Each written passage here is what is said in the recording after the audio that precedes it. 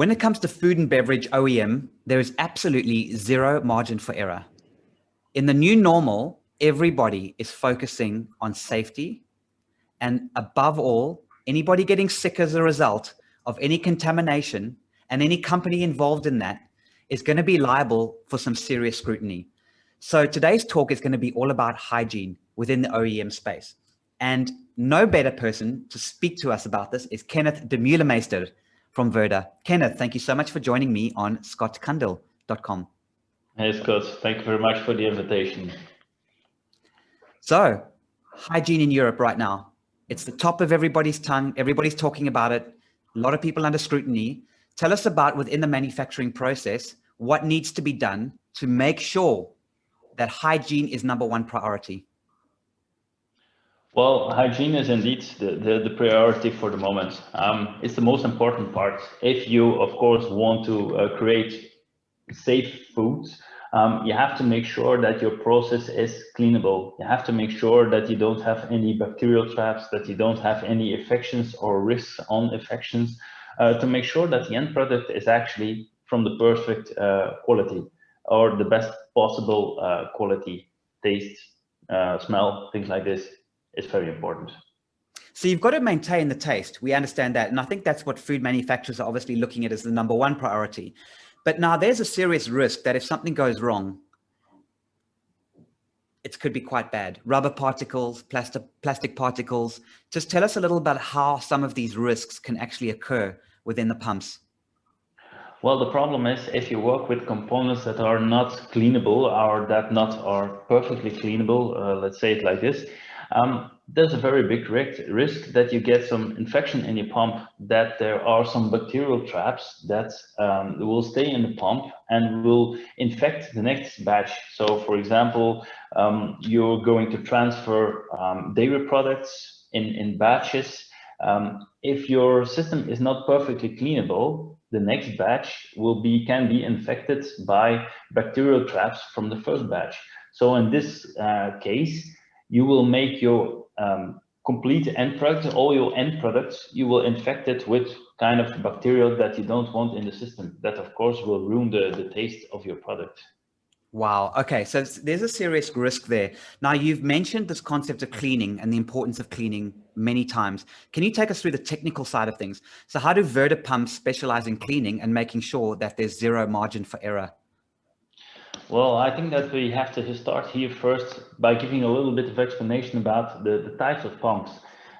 In the centrifugal world, for example, you have two big types of pumps. You have what we call the more industrial pumps, where efficiency is the most important part. And then you have the more hygienic or cleanable pumps, where cleanability is the most important part. Now, what's the difference?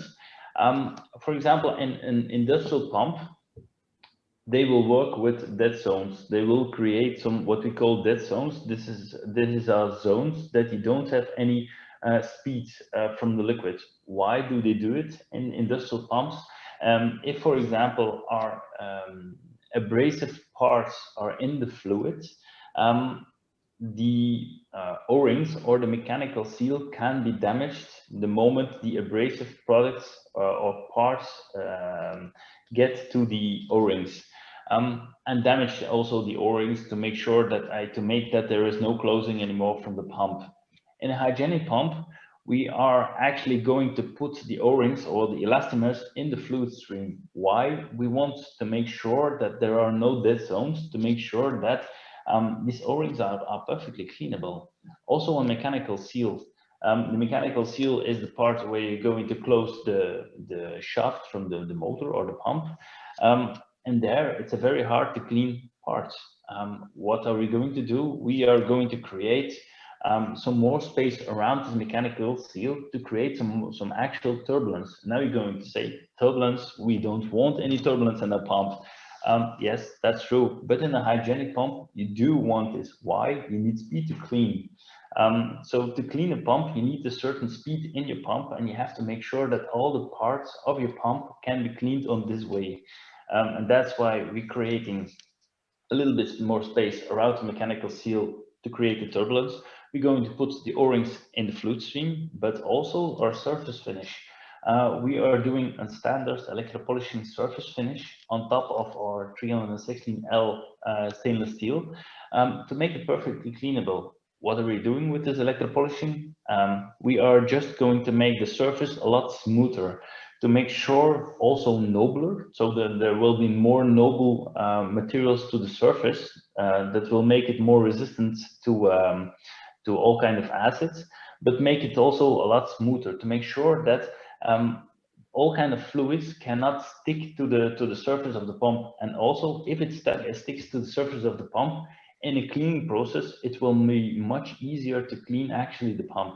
And this is a little bit the difference between industrial and what we call the more hygienic components. Now, Kenneth, this concept of perfectly cleanable sounds amazing, and you've given us the technicality behind it. But how much extra time is it going to take? How much more extra effort? How many more man hours is it now going to have to consume to achieve this pipe dream of being perfectly cleanable? Well, the nice thing about this is that you're actually going to need not so much manpower to do it, because also you don't have to use so much cleaning acids to actually clean the pump because of the surface of the pump. The product will not stick that good to the surface, so you don't need so much time, so much effort to actually clean your pump or make it completely cleanable. This is a big advantage. But also, and I think this is the most important, not only the cost or the manpower that you have to put in there, but the end product. For every food manufacturer, the end product is the most important part of the system or their business. And if the taste is ruined, then yeah, they have a lot of other problems than only the manpower to clean a pump, of course. Interesting. So your technology, because it's so much cleaner already and it doesn't stick to the surface because of the way that you've designed those pumps, therefore they're actually even easier to clean. Is there anything else from a technical perspective that you can just get across that actually explains the process, especially with regards to things like polishing, CIP cleaning place, et cetera, that can actually provide the peace of mind that can actually say this concept of being perfectly cleanable is very, very real and very doable? Well, I think the combination of everything in a pump, or in a hygienic pump, is the most important. And the combination of the electropolishing in combination with the O-rings in the fluid stream, with combination with the turbulence of around the mechanical seal, this is the most important. Of course, we also have to look at the pump physics. We have things like NPSH that is very important because, especially in food industry, you're going to work with very high temperatures of fluids, especially also on your CIP. This is the part also that you need a pump that is actually that needs a kind of that has a very low NPSH required to make sure that your pump is actually working. These things are also very important. Of course, next to this, also in design, the efficiency is important. Okay, we can say cleanability is the most important part in the pump, but we have to make sure also that efficiency is also very important. We don't want to spend a double amount of power to do the same job as an industrial pump. And yeah, on that way, I think the whole combination of everything makes it to a perfect component for the system.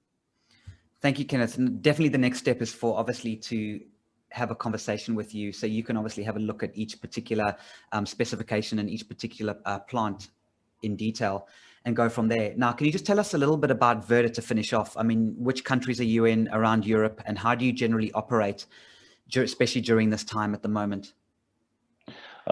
Yeah, on this moment, yeah, the way of working is a little different of, let us say, 1 year, 2 years ago, where we, of course, had a lot more actual physical contacts with the customer.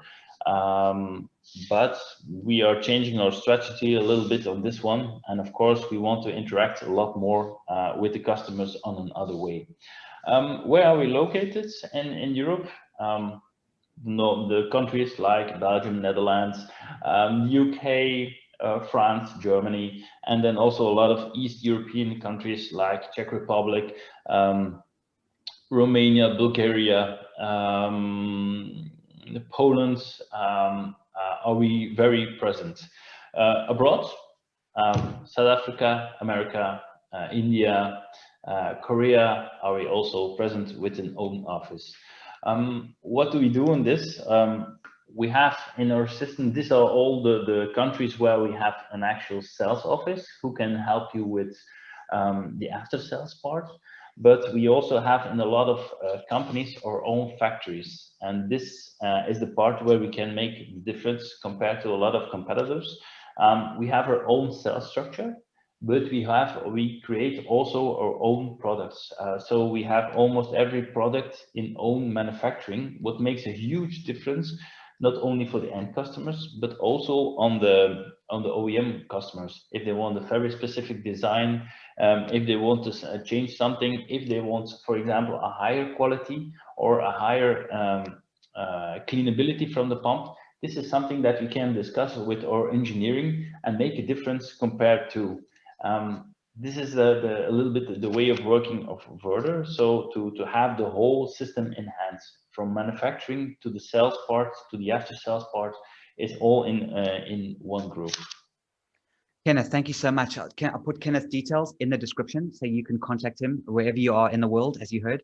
Have a conversation around that, because obviously food safety right now is incredibly important, and nothing is more important in your food safety, obviously, than your pumps. Kenneth Demeulemeester, thank you so much for joining me on scottcundill.com. Hey, Scott, thank you very much for the talk.